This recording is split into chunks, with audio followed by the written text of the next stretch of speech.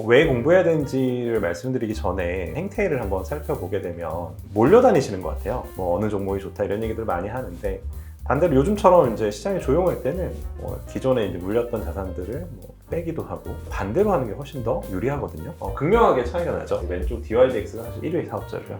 DYDX 같은 경우는 시장이 되게 좋았을 때 확 올랐다가 지금 거의 나락으로 간 상황이고요. 또 이유를 살펴보면 첫 번째는 이 유통량, 파란색으로 표현되고 있는 유통량인데 DYDX는 유통량이 굉장히 가파르게 풀렸어요. 당연한 얘기로 물량이 많이 풀리면 가치가 떨어지는. 그렇죠. 대부분의 사람들은 나 잘 모르겠으니까 1위 사업자 투자할래 라고 했으면 아마 훨씬 더 수익률이 안 좋았을. ICT과학부 김지현 기자입니다. 저희가 이번 시간에 준비한 콘텐츠는 쟁글과 함께하는 가상자산과 블록체인 바로 알기 코너인데요. 지난 하반기 국내 가상자산 시장 규모가 55조 2천억 원에 달할 정도입니다. 국내 이용자는 560만 명 정도가 되는데요. 그만큼 이제 가상자산 시장이 블록체인 세상과 함께 상당히 크기가 불안한 상황입니다. 그래서 이제 국내에서 가상자산 공식 플랫폼 중 선두주자라고 불릴 수 있는 우리 쟁글의 이현우 대표님을 모시고 가상자산 블록체인 세상에 대해서 조금 더 깊이 알아보는 시간을 가지려고 합니다. 대표님 안녕하세요. 네, 안녕하세요. 쟁글의 대표를 맡고 있는 이현우라고 합니다. 먼저 좀 제가 개인적으로 좀 궁금한 질문인데 이 업계에 들어오시게 된 계기가 좀 있을 것 같은데. 제가 2017년도에 한참 이제 시장이 뜨거웠을 때 저도 다른 사람들 크게 다르지 않았던 것 같아요. 주변에서 돈 벌었다 그러니까 나도 돈 벌고 싶다 이런 마음으로 이제 들어갔었고 그때 당시에 이제 무슨 코인이 기억도 안 나요. 제가 투자하고 나서 바로 물린 거예요. 그래서 이제 좀 이 가상자산 뭐지? 이런 생각, 이제 공부도 하게 되고 또 과거 데이터도 좀 살펴보고 이러다 보니까 의외로 이게 사이클이 돌더라고요. 어쨌거나 장기적으로 보면은 이게 쭉 우상향을 하고 그리고 특징 중에 하나가 사이클이 생각보다 짧아요. 그래서 우리가 부동산 시장이 다 그러면은 사이클이 길잖아요. 10년도 넘어가고. 그래서 한번 엇박타면 이제 되게 고생하는데 그런데 이 크립토 시장은 그게 좀 짧더라고요. 그래서 초창기에는 한 3, 4년? 이다가 요즘에 이게 점점 그래도 길어지는데 길어져 봐야 한 5년이더라고요. 그러면 지금 내가 분명 물려 있지만 앞으로 시간이 지나면 시장이 호황이 될 텐데 그렇게 했을 때 아예 코인과 관련된 사업을 해보자 라고 해서 시작을 하게 됐습니다. 그러면 본격적으로 바로 이제 가상자산과 블록체인에 대해서 조금 더 자세히 알아보겠습니다. 대표님께 질문부터 좀 드리겠습니다. 왜 지금 가상자산 크립토에 대해서 공부를 해야 되는지. 먼저 왜 공부해야 되는지를 말씀드리기 전에 우리가 이제 우리 주변에서 어떻게 가상자산 크립토에 대해서 투자를 하는지에 대한 행태를 한번 살펴보게 되면 소위 말해서 좀 몰려다니시는 것 같아요. 그래서 시장이 되게 좋을 때는 다 같이 이제 몰려서 너도 나도 투자를 하고 식사할 때나 술자리에서도 크립토 얘기 많이 하고 뭘 해서 돈을 벌었다 어느 종목이 좋다 이런 얘기들 많이 하는데 반대로 요즘처럼 이제 시장이 조용할 때는 아무도 이제 크립토에 대해서 얘기를 안 하려고 하고 오히려 기존에 이제 물렸던 자산들을 빼기도 하고 그런 것 같아요. 근데 사실 수익률 관점에서 접근을 한다면 오히려 이렇게 하는 것보다 반대로 하는 게 훨씬 더 유리하거든요. 사실 당연한 얘기인데 시장이 이제 사람들이 관심이 많으면 내가 같은 가상자산을 살 때 좀 비싸게 사게 되잖아요. 그렇죠. 그리고 반대로 시장이 요즘처럼 조용할 때는 오히려 좀 싸게 살 수 있는 기회도 될 수 있기 때문에 반대로 하는 게 사실 더 좋은데 이게 이제 사람의 본성을 좀 거스르는 행동이다 보니까 좀 많은 연습이 필요하고 좀 의식적인 좀 노력이 필요한 영역이 아닌가 싶습니다. 그래서 이쪽 크립토 씬 안에서 벌어지고 있는 여러 가지 일들도 굉장히 많고 여기 안에서 내가 알아야지만 이해할 수 있는 것들이 워낙 그런 기본 개념들이 많다 보니까 그런 부분들을 지금 이제 시장이 조용할 때 이럴 때 이제 하나하나씩 개념들을 다져서 이제 내가 시장이 좋은 상황이 왔을 때 딱 그 확신을 가지고 내 포지션을 꾸준하게 유지할 수 있는 그런 원동력으로 삼을 수 있는 그런 좋은 시간이 아닌가. 가상자산에 대해서 공부해야 되는지에 대한 필요성을 설명해 주셨는데요. 얘기만 들어서는 좀 와닿지 않을 것 같아서 대표님께서 따로 또 자료를 하나 준비를 해 주셨어요. 설명을 드리려고 간단한 이제 그림 차트 두 개를 한번 준비를 해봤는데요. DYDX라고 하는 토큰의 가격 추이 그래프가 왼쪽 그래프이고요. 그 중에서 빨간색 선을 보시면 되고요. 오른쪽은 이제 GMX라고 하는 토큰의 가격 추이, 오른쪽 빨간 선을 보시면 극명하게 차이가 나죠. 네네. 그래서 뭐 DYDX 같은 경우는 시장이 되게 좋았을 때 확 올랐다가 네. 지금 뭐 거의 나락으로 간 네네. 상황이고요. 그에 비해서 GMX는 지금 시장이 굉장히 안 좋음에도 불구하고 가격이 잘 유지가 되고 있죠. 네. 사실 이 두 토큰은 그 둘 다 탈중앙화된 마진 거래소라는 DF 섹터 안에서 서로 경쟁하는 사이예요. 그래서 왼쪽 DYDX가 사실 1위 사업자고요. GMX는 원래는 이제 신생 그 DF이었는데 최근 2위까지 올라왔어요. 어쨌거나 사용자들과 거래량이 더 많은 마진 거래소는 DYDX임에도 불구하고 가격은 GMX가 훨씬 더 좋았다. 투자로서는 이게 훨씬 더 맞는 선택이었는데 그 이유를 살펴보면 뭐 크게 두 가지가 있는데 첫 번째는 이 유통량, 지금 그 파란색으로 표현되고 있는 유통량인데 DYDX는 유통량이 굉장히 가파르게 풀렸어요. 그에 비해서 계속해서 올라가는. 그렇죠. 그에 비해서 GMX 같은 경우는 이런 유통량이 훨씬 완만하죠. 당연한 얘기로 물량이 많이 풀리면 수요에 비해서 공급이 많기 때문에 가치가 떨어지는. 그렇죠. 그런 상황이고 GMX 같은 경우는 뭐 공급이 훨씬 적으니까 가격을 방어하기 훨씬 유리한 환경이었는데 대부분의 사람들은 나 잘 모르겠으니까 1위 사업자 투자할래 라고 했으면 아마 훨씬 더 수익률이 안 좋았을 그런 상황이다 이렇게 보시면 될 것 같고요. 사실 이런 이제 극명한 차이가 난 이유가 하나 사실 더 있어요. 뭐냐면 DYDX가 사실 꽤 괜찮은 팀이거든요. 펀더멘탈이라고 본다면 괜찮은 자산인데 문제는 두 이제 DF의 차이 중에 하나가 DYDX는 이 거래소가 잘 돼도 그거에 대한 수익이 토큰 홀더들한테 분배되는 그 메커니즘이 없어요. 그거에 비해서 GMX 같은 경우는 그 프로토콜이 벌어들이는 수익의 30%가 토큰 홀더들한테 분배되는 메커니즘이 있습니다.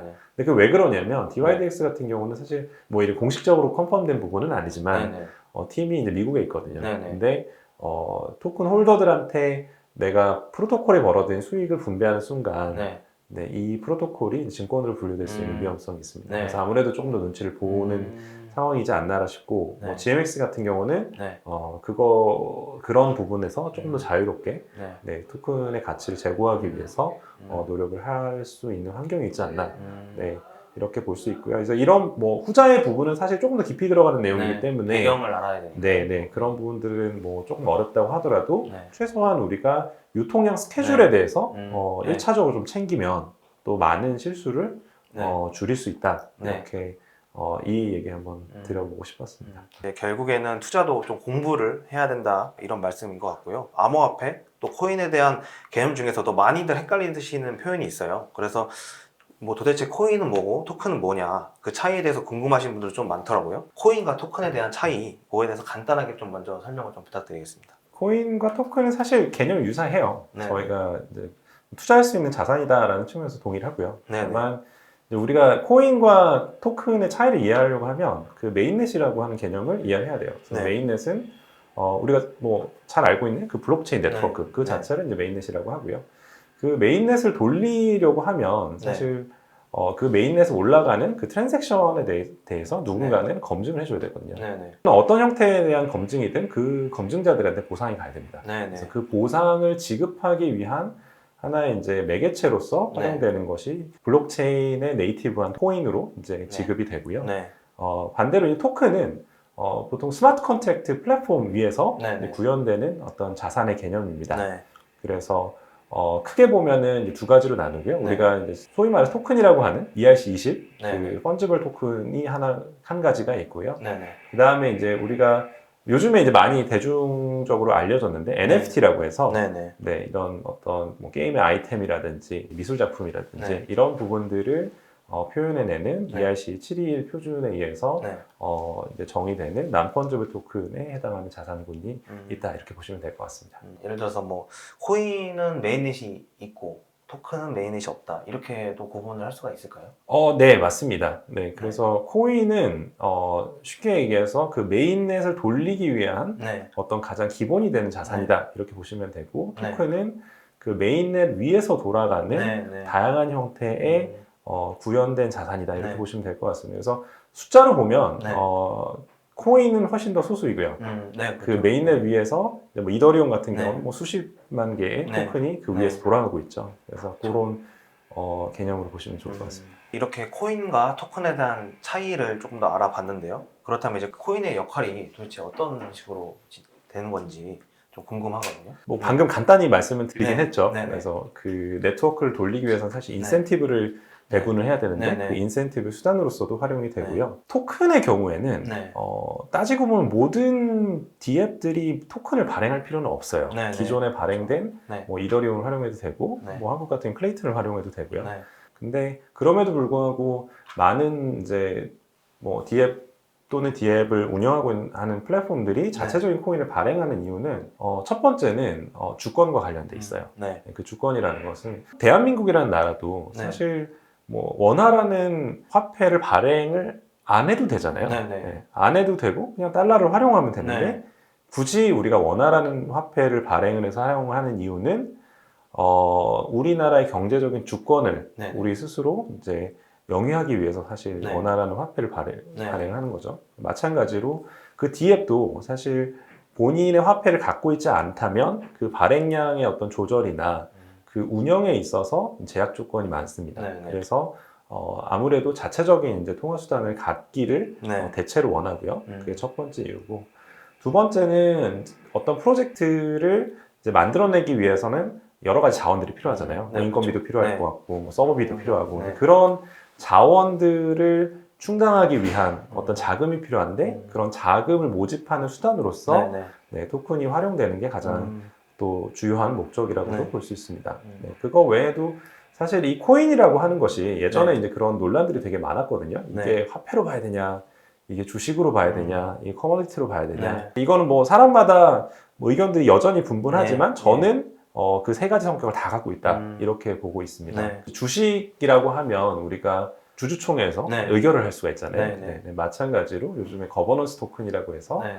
그 해당 프로토콜에 있는 여러 가지 이제 의사결정 사항들을 네. 그 토큰 홀더들이 내가 가진 만큼의 네. 이제 의결권을 가지고 투표를 하는 그런 목적으로도 사실 토큰을 활용하기도 합니다. 그러니까 되게 다양한 역할을 그 블록체인상 안에서 코인이나 토큰이 좀 하고 있다고 볼 수 있을 것 같습니다. 코인에 대해서 많이들 들어보셔서 아시겠지만 그 뭐 비트코인은 뭐냐, 이더리움은 뭐냐, 뭐 솔라나, 뭐 아발란체, 실제 코인들이 사용처도 좀 각양각색이거든요. 대표님께서 보시기에도 뭐 코인들마다 각가지 성격이 조금씩 다를 것 같은데요. 네, 그 뭐 방금 언급해주신 네. 솔라나라든지 이더리움이라든지 네. 이런 이제 코인들은 대부분 자체적인 메인넷을 갖고 있습니다. 네.